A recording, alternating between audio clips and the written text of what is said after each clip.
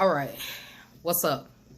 Welcome to Great Dane Poetry, my channel. I'm Great Dane, and this is my first video where I want to just start telling stories about my life and let you get to know me better, I guess.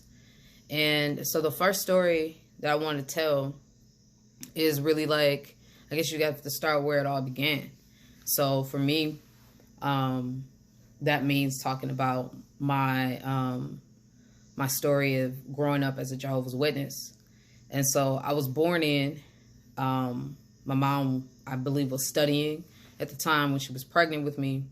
And my grandmother, she transitioned still in that faith, in that religion.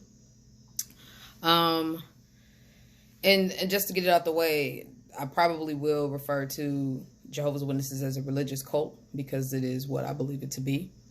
Anytime you have something that's based on a religion and you have to abide by certain guidelines and standards in order to be accepted and risk being excommunicated, then I think that that's a cult. If you step outside of the boundaries of what are placed there, that the love there is conditional.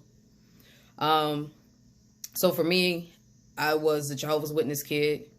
I was really quiet and shy in school, got bullied a lot, and I wasn't allowed to be a part of the things that everybody else was a part of. So all of the holiday things, activities I wasn't included in, or I excluded myself from. So I never celebrated a birthday. Probably the first birthday I ever celebrated was when I was 19. And so I think that as a Jehovah's Witness, I think parents are doing what they think is right. But in a sense, you don't give your child enough opportunities to be celebrated, I think. I think that that's a value of celebrating another spin around, another rotation, right? That you get to be celebrated. So I was born in, I was all about it. I really was drawn to words a lot as a child. I used to read the dictionary and write out words and assign myself fucking like homework, I guess, for myself. I was a super word nerd. And so I enjoyed the training that you receive, all of the studying, reading the literature, reading the Bible, studying at home, going to the meetings, going out in field service, knocking on doors, talking to people.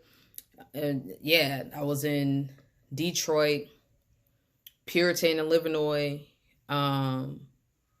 like at the gas station in a car with like 2 or 3 other witnesses.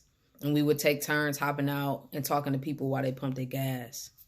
I remember conducting Bible studies on my own with people in their homes, people that were older than me, people that were my age, talking to teachers, all those types of things. So I learned to speak really well. I learned to articulate things very well. And I enjoyed it. I was like the model. And then as I got older, the elders started asking me, because I was auxiliary pioneering, which means that I was devoting a lot of hours into ministry as a young person. And so I was probably like preteens, and the elders were like, what's holding you back from getting baptized? And I really didn't know. And I felt like I was doing what I was supposed to do, that I was on this path, this trajectory, and I was following it. So I was about 13 years old when I got baptized. And from there, I just was even more immersed. And by this time now, I'm starting to come out of my shell a bit and actually finally starting to make friends within the organization. Like, I was just so shy.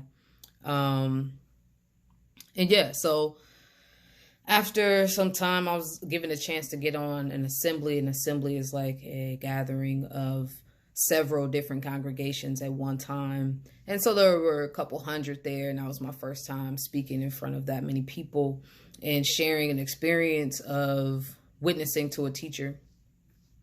And so I loved it. I really enjoyed it. I actually really wanted to have like what the brothers had, that they were able to get up on the podium and by themselves and give a talk and talk about the Bible and or whatever, and inspire, motivate. And that's what I wanted to do. But within that organization, that's not allowed. The women don't speak in that way. There is a place for women to speak, but it isn't that. So time goes on, hormones start, popping and fizzling and booming and banging. And while I had little crushes on boys, and in that I thought they were attractive, I still do think that there are lots of men that are attractive. Do I want to engage with them romantically or sexually or intimately in like a way like let's date? No. And so I graduated from high school, from Mumford High School. Shout out to the Mustangs, them 03s. And with the Compact Scholarship, I don't know if some of y'all still remember. I don't know if that's still a thing even. They're trying to do like a promise thing now.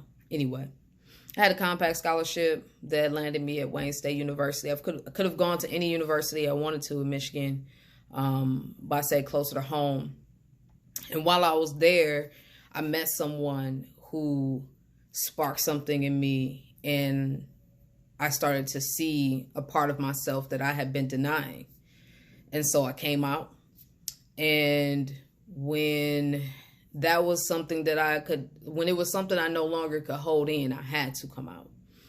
It was all of the suspicions from my parents. My dad kept saying, "Oh, I bet you got a boyfriend now." And I used to be like, close. No.